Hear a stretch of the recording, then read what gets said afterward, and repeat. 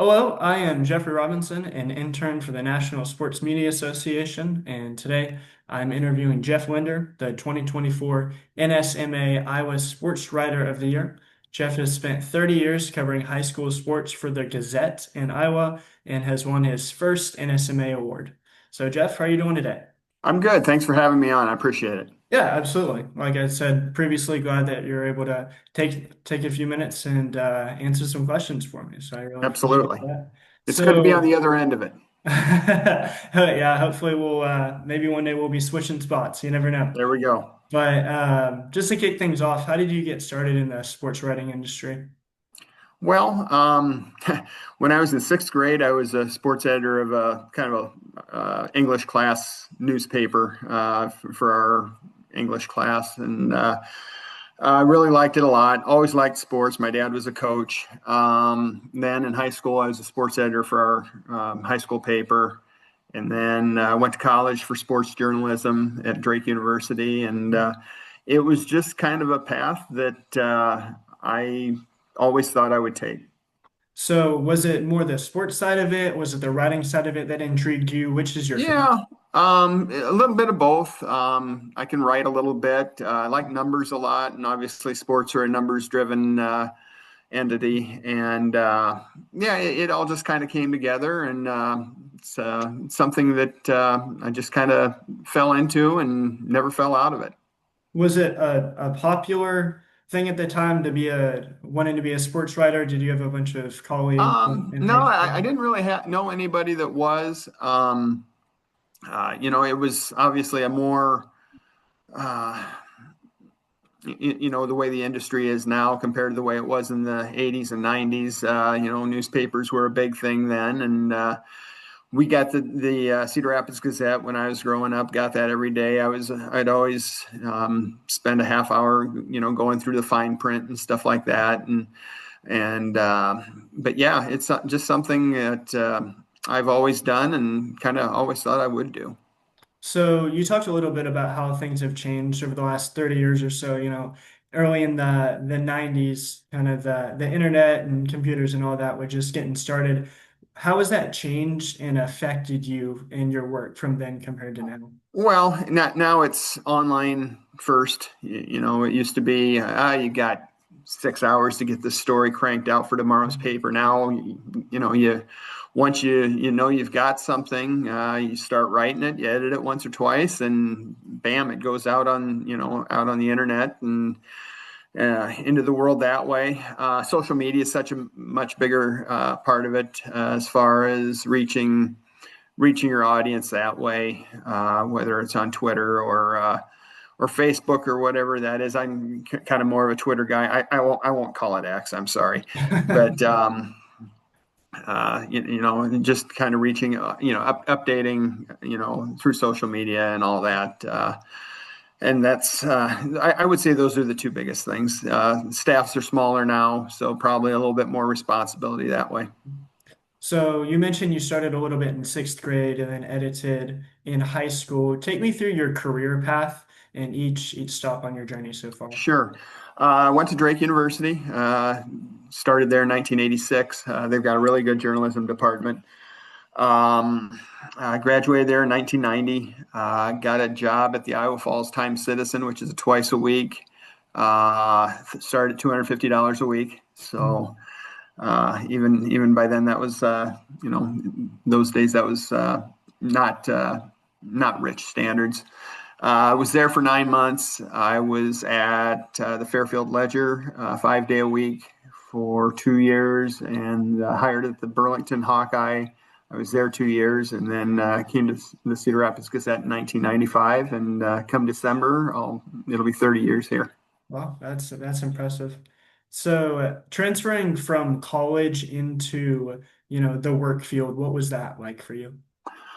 Well, started a paper. My first two newspapers, I was the only person in the sports department, so I had no photography experience at all. Well, you got to, in addition to writing the games, you got to shoot photos. So that was not my strength, but something I had to do. And once I got to my third stop, they had 3 or 4 photographers. So my days behind the lens, thankfully, ended then in 1993. So, but now, you're expected to get some video, some mug shots, stuff like that. So there's still a little bit of photography behind it, but most of it's some stuff that a dummy like me can handle, mug shots and all that.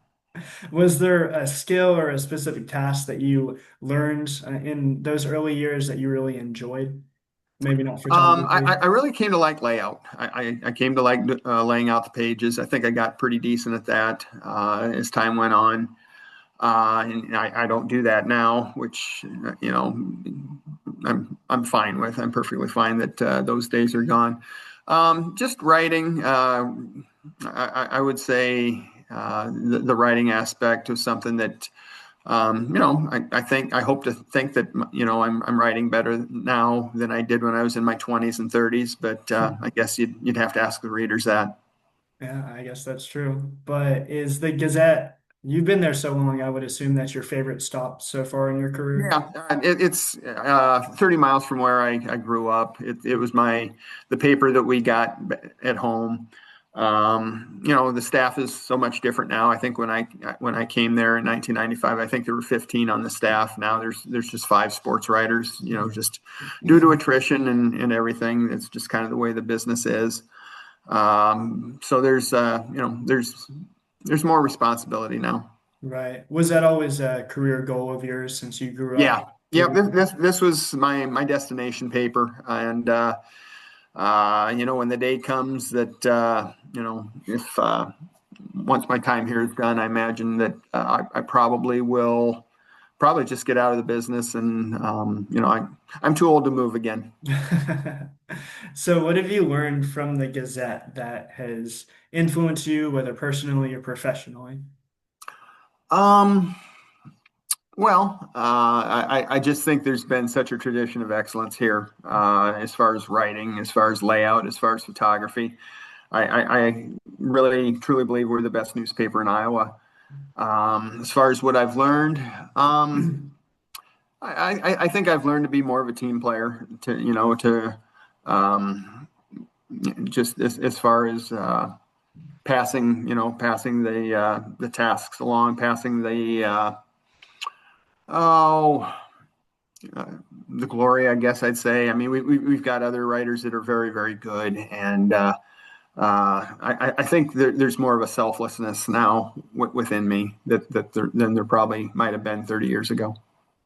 So, transferring over to National Sports Media Association, how long have you known about the organization and what was your reaction to learning about you winning the award? Well, I'd heard of other people that had gotten this award in the past. Our columnist, Michael Loss, is I don't even know how many times he's won the award, 6, 8 times. He's great. He's a terrific columnist, great writer. We've had some winners in the past. My reaction, I was surprised. There's other people in our department that are every bit as good as me that could get this award. But yeah, it's humbling and a lot of gratefulness that a lot of years that kind of paid off a little bit. Yeah, absolutely. So, transferring back to sports, is there a specific sport that you like covering? I know you kind of have a hand in a lot of different sports, and Yeah. Honestly, I just kind of like whatever's in season. For the most part, I cover high school sports. I cover the Iowa women's basketball, which obviously has become a really, really big thing in the last 5 years.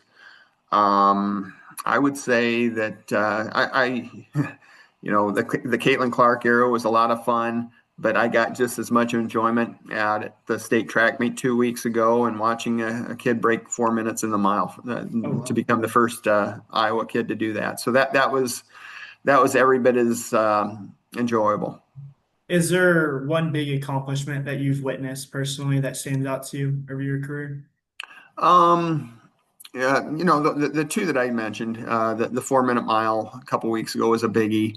Caitlin Clark's career was, a lot of fun. Really enjoyed dealing with Megan Gustafson, who was a 2019 graduate of Iowa. We went up there, a photographer and I went up there summer 2018, and we'd hoped that maybe we went up to her house, which is on a really remote area near Lake Superior in Wisconsin.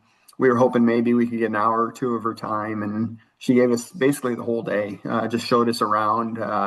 Went to the lake. Just took us around town. She graduated with 11 kids in her senior class, so it was just a really neat experience, and that's probably one of a few that I won't forget. Has there been a specific person throughout your career that's influenced you the most? Uh, I don't say I wouldn't say one. It's kind of it takes a village kind of deal. There've been a lot of people at a lot of places, too many to name, that have really kind of touched me and helped push me forward, become a better writer, a better reporter, probably a better person. And final question, what advice would you give for people just like me who maybe in college, maybe working through internships or trying to figure out what they want to do with their careers? Yeah, it's a challenge right now. I don't know how I would feel about the profession if I was 40 or 25 or whatever. I don't know what the future holds. I mean, there's always going to be news. Right. There's always going to be a place for good writing. I don't know if it'll be in newspapers per se, when you're my age. But there's still a place for good storytelling. Yeah, absolutely.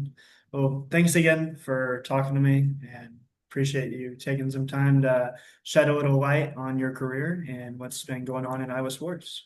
Okay, I appreciate it. Thank you. Thanks so much. Yeah, absolutely. Thanks, Jeff.